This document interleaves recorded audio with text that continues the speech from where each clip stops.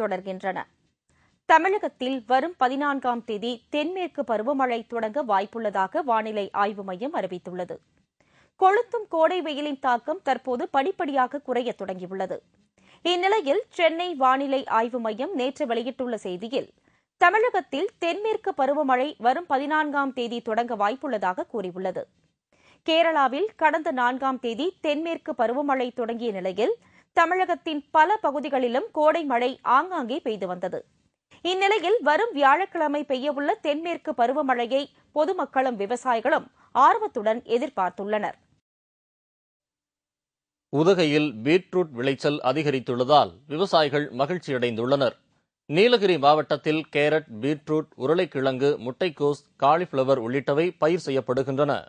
இந்நிலையில் பீட்ரூட்டின் விளைச்சல் அமோகமாக உள்ளதாலும் 1 கிலோவுக்கு 20 - 30 வரை விலை உள்ளதாலும் விவசாயிகள் மகிழ்ச்சியடைந்துள்ளனர். இந்த பருவத்தில் பார்த்தீங்கன்னா அதிகமாக கேரட்டு, பீட்ரூட்டு, கோஸ் எல்லாமே அதிகமாக போட்டிருக்கிறதுனால இப்போ வந்து பீட்ரூட் எல்லாமே அறுவடைக்கு தயாராக இருக்குது. இப்போ வந்து 1 கிலோவுக்கு வந்து 20 ரூபாயிலிருந்து 30 ரூபா மட்டும் கிடைக்கிறதுனால விவசாயிகள்லாம் இப்போ ரொம்ப மகிழ்ச்சியாக இருக்கிறோம்.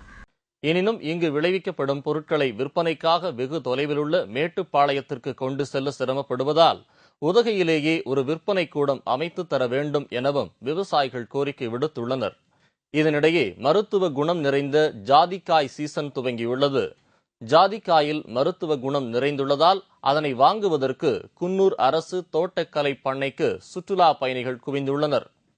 குன்னூர், ஊட்டி எல்லாம் சுற்றுலா பார்க்க வந்திருக்கிறோம். இங்கே வந்து மலை பிரதேசங்களில் அதிகமாக சாதிக்காய் வந்து இப்போ உற்பத்தியாகி இந்த சீசனாக இருக்குது. எங்களுக்கு சாதிக்காய் ஊறுகாயும் போட்டு சிம்ஸ் பார்க்கில் விற்கிறாங்க, வேறு இடங்கள்லையும் விற்கிறாங்க. அதை வந்து நான் வாங்கி சாப்பிட்டோம்னா பெரியவர் முதல் சிறியவர் வரை குழந்தைகளுக்கெல்லாம் நல்ல ஒரு ஆரோக்கியமான ஒரு வாழ்க்கைக்கு வழிவகுக்கும். உளுந்தூர்பேட்டையில் உள்ள ஒரு விடுதியில் சூதாட்டமாடிய 16 பேரை போலீசார் கைது செய்தனர். அவர்களிடம் இருந்து கட்டுக்கட்டாக பணம் மற்றும் கார், பைக் ஆகியவை பறிமுதல் செய்யப்பட்டது. விழுப்புரம் மாவட்டம் உளுந்தூர்பேட்டையில் உள்ள ஒரு விடுதியில் காசு வைத்து சூதாடுவதாக போலீசாருக்கு ரகசிய தகவல் கிடைத்தது. இதையடுத்து உளுந்தூர்பேட்டை போலீசார் சம்பந்தப்பட்ட விடுதியில் அதிரடி சோதனை மேற்கொண்டனர். அதில் அதிமுக பிரமுகர் தாண்டவராயன், கிளப் உரிமையாளர் சிங்காரவேல் உட்பட 16 பேரை போலீசார் கைது செய்தனர். மேலும் தப்பிச் சென்ற 10 பேரை போலீசார் தேடி வருகின்றனர். சூதாட்ட இடத்தில் நிறுத்தி வைக்கப்பட்ட விலை உயர்ந்த 14 கார்கள், 4 பைக், கட்டுக்கட்டாக பணம் மற்றும் ஒரு நாட்டு துப்பாக்கி ஆகியவற்றை போலீசார் கைப்பற்றினர். பழங்கால தங்க நாணயங்கள் தங்களிடம் இருப்பதாக கூறி நகைக்கடை உரிமையாளர்களை மோசடி செய்த கும்பலின் தலைவன் மதுரையில் கைது செய்யப்பட்டான். கர்நாடகாவைச் சேர்ந்த ஒரு கும்பல் தங்களிடம் நிறைய தங்க நாணயங்கள் இருப்பதாக கூறி மதுரையில் உள்ள நகைக்கடை உரிமையாளர்களை அணுகியுள்ளது.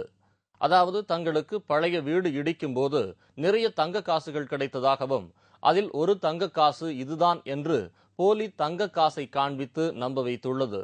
இதை நம்பிய ஏராளமான நகைக்கடை உரிமையாளர்கள் கர்நாடக கும்பலிடம் ஏராளமான பணத்தை கொடுத்து ஏமாற்றமடைந்துள்ளது. இதுகுறித்து காவல்துறையினருக்கு புகார் கொடுக்கப்பட்டுள்ளது. இந்நிலையில் மதுரையில் நகைக்கடை உரிமையாளர் நாராயணன் என்பவரிடம் இந்த கும்பல் போலி தங்க காசை கொடுத்துவிட்டு செல்வதாக காவல்துறையினருக்கு தகவல் கிடைத்தது. இதையடுத்து விரைந்து வந்த காவல்துறையினர் அதில் ஒருவரை கைது செய்து விசாரித்ததில் அவர் கர்நாடகாவை சேர்ந்த குமார் என்பதும் அவர்தான் கும்பலின் தலைவன் என்பதும் தெரிய வந்தது. அதாவது போலி தங்க காசுகளை கொடுத்து ஏமாத்துறதுக்கு பெல்லாரியிலிருந்து அவங்க வந்து புதையலில் கிடச்சிச்சு, பழைய வீடுகளை உடைச்சோம் அப்படின்னு சொல்லி அங்கிருந்து இங்கே உள்ள நகைக்கடை அதிபர்களை, உரிமையாளர்களை தொடர்பு கொண்டு இவங்களை இங்கிருந்து பெல்லாரிக்கு கர்நாடகாவுக்கு அழைச்சிட்டு போகிறாங்க. அழைச்சிட்டு போய் அங்கே போய் மோசடி பண்ணி அவங்ககிட்ட இருக்க பணத்தை பிடிங்கிட்டு அனுப்பி விட்றாங்க. 1 லட்ச ரூபா பெருமானம் உள்ள பணத்தையும் அதே போல் 200 காயின்ஸ் தங்க போலி காயின்ஸுகளும் ஒரு தங்க காயினு செக்யூர் பண்ணியிருக்கோம். அவரிடமிருந்து 1,50,000 ரூபாய் ரொக்க பணத்தையும் 200 கிராம் எடை கொண்ட போலி தங்க காசுகளையும் பறிமுதல் செய்யப்பட்டது. மேலும் தப்பியோடிய கும்பலை போலீசார் தேடி வருகின்றனர். இந்திய கடல் எல்லைக்குள் அத்துமீறி நுழைந்து மீன்பிடித்த இலங்கை மீனவர்கள் 5 பேரை கடலோர காவல் படையினர் கைது செய்தனர். மேலும் படகு மற்றும் மீன்பிடி உபகரணங்கள் பறிமுதல் செய்யப்பட்டது. இலங்கை நீர்கொழும்பு மாவட்டத்தை சேர்ந்த குல்குல் சூர்யா, டிலோன் குசாரோ உள்ளிட்ட 5 பேர் ஒரு சிறிய வகை விசைப்படகில் கடந்த வாரம் மீன்பிடிக்க கடலுக்கு சென்றனர். அப்போது அவர்கள் கேரள கடற்பகுதியில் மீன்பிடிக்க தடை விதிக்கப்பட்டுள்ளதால் அங்கு மீன் அதிகம் கிடைக்கும் என்ற நம்பிக்கையில் அவர்கள் அத்துமீறி இந்திய கடல் எல்லைக்குள் நுழைந்து மீன்பிடித்துக் கொண்டிருந்தனர். இந்நிலையில் இந்திய கடல் எல்லைக்குள் அத்துமீறி நுழைந்து மீன்பிடித்துக் கொண்டிருந்த சிங்கள மீனவர்கள் 5 பேரை இந்திய கடலோர காவல் படையினர் கைது செய்து தூத்துக்குடி காவல் நிலையத்தில் ஒப்படைத்தனர்.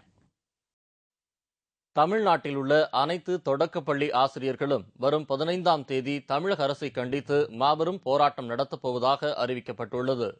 தமிழ்நாடு தொடக்கப்பள்ளி ஆசிரியர் மன்றத்தின் ஆயத்த கூட்டம் நேற்று திண்டிவனத்தில் நடைபெற்றது.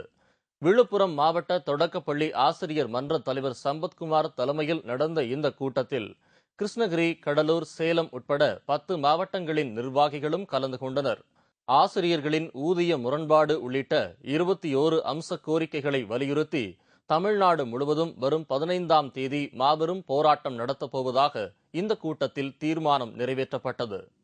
21 அம்ச கோரிக்கைகளை வலியுறுத்தி வருகின்ற 15ஆம் தேதி என்று மாநிலம் முழுவதும் உள்ள உதவி தொடக்க கல்வி அலுவலர்கள் அலுவலகத்தின் முன்னே மாபெரும் முழக்க போராட்டத்தினை தமிழ்நாடு தொடக்கப்பள்ளி ஆசிரியர் மன்றம் நடத்துகிறது. மீஞ்சூரில் உள்ள சக்தி பொன்னியம்மன் கோவிலில் தொடர்ந்து 8வது முறையாக கொள்ளை சம்பவம் நடந்தும் போலீசார் சரிவர நடவடிக்கை எடுக்கவில்லை என்று அப்பகுதி மக்கள் குற்றம் சாட்டியுள்ளனர். திருவள்ளூர் மாவட்டம் மீஞ்சூரை அடுத்த சின்னமடியூரில் அமைந்துள்ளது சக்தி பொன்னியம்மன் ஆலயம். இக்கோவிலில் கடந்த 2010ஆம் ஆண்டு கும்பாபிஷேகம் நடைபெற்றது. அதைத் தொடர்ந்து 10 நாட்களுக்கு பிறகு கோவில் உண்டியல் உடைக்கப்பட்டு பணம் மற்றும் சுமார் 3 லட்சம் ரூபாய் மதிப்புள்ள அம்மன் அலங்கார பொருட்களும் கொள்ளையடிக்கப்பட்டதாகவும் கூறப்படுகிறது. இதையடுத்து 6 மாதங்கள் கழித்து 2வது முறையாக கோவிலில் உள்ள சூலம், உண்டியல், கலசம் ஆகியவை கொள்ளையடிக்கப்பட்டதாகவும் இதேபோல் தொடர்ந்து அங்கு 7 முறை கொள்ளையடிக்கப்பட்டதாகவும் பொதுமக்கள் தெரிவித்தனர். இதுபற்றி காவல்துறையில் பலமுறை புகார் தெரிவித்தும் இதுவரை எவ்வித நடவடிக்கையும் எடுக்கவில்லை என்றே கூறப்படுகிறது.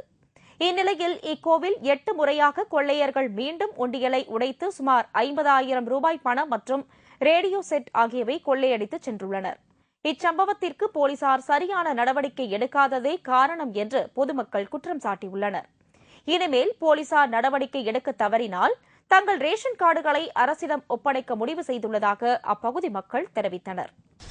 இந்த 8 முறையும் புகார் மனு கொடுத்து அவங்களாண்ட போய் எத்தனையோ முறை வலியுறுத்தி சொல்லியும் காவல்துறை எந்த நடவடிக்கையும் இல்லை. எல்லாருக்கும் புகார் மனு கொடுத்தும் தகவல் கொடுத்து எந்த நடவடிக்கை இல்லைன்னா எப்படி?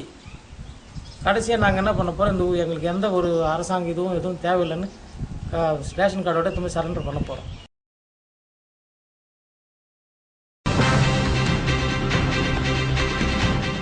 யூரோ கோப்பை கால்பந்து போட்டி அயர்லாந்தை வீழ்த்தியது குரேஷியா. விவரம் இடைவேளைக்கு பிறகு.